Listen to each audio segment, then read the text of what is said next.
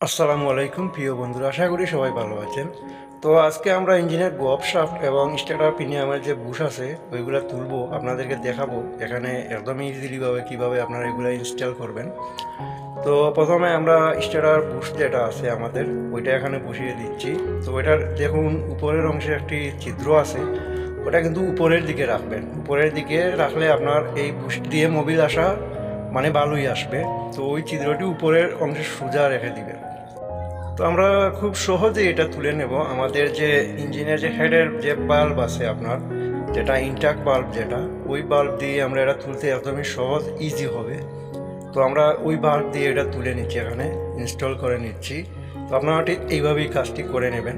আর তারপরে আমাদের যে গব শাফট আছে ওইটা আমরা তুলবো, এখানে ইনস্টল করব, আপনাদেরকে দেখাবো। তো একদমই ইজি। তো অনেকেই আমাকে কমেন্ট করে বলেছিলেন এরকম ভিডিও আপনাদেরকে দিতে।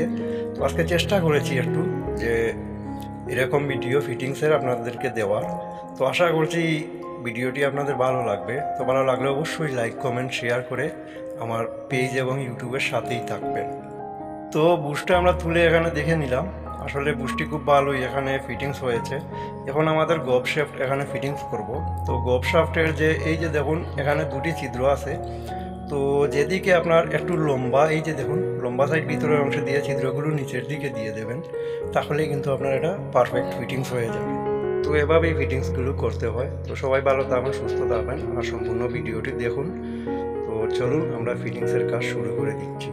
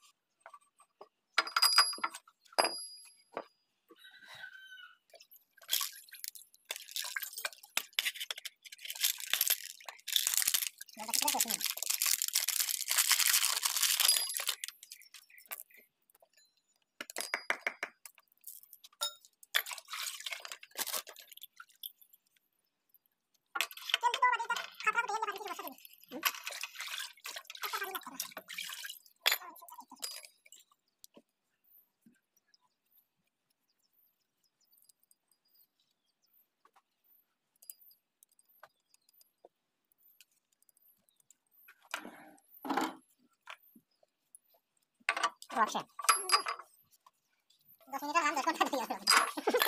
ভিডিও অটো অটো লাগছে। এই দিলো। কত টাকা মারবে না নিয়ে?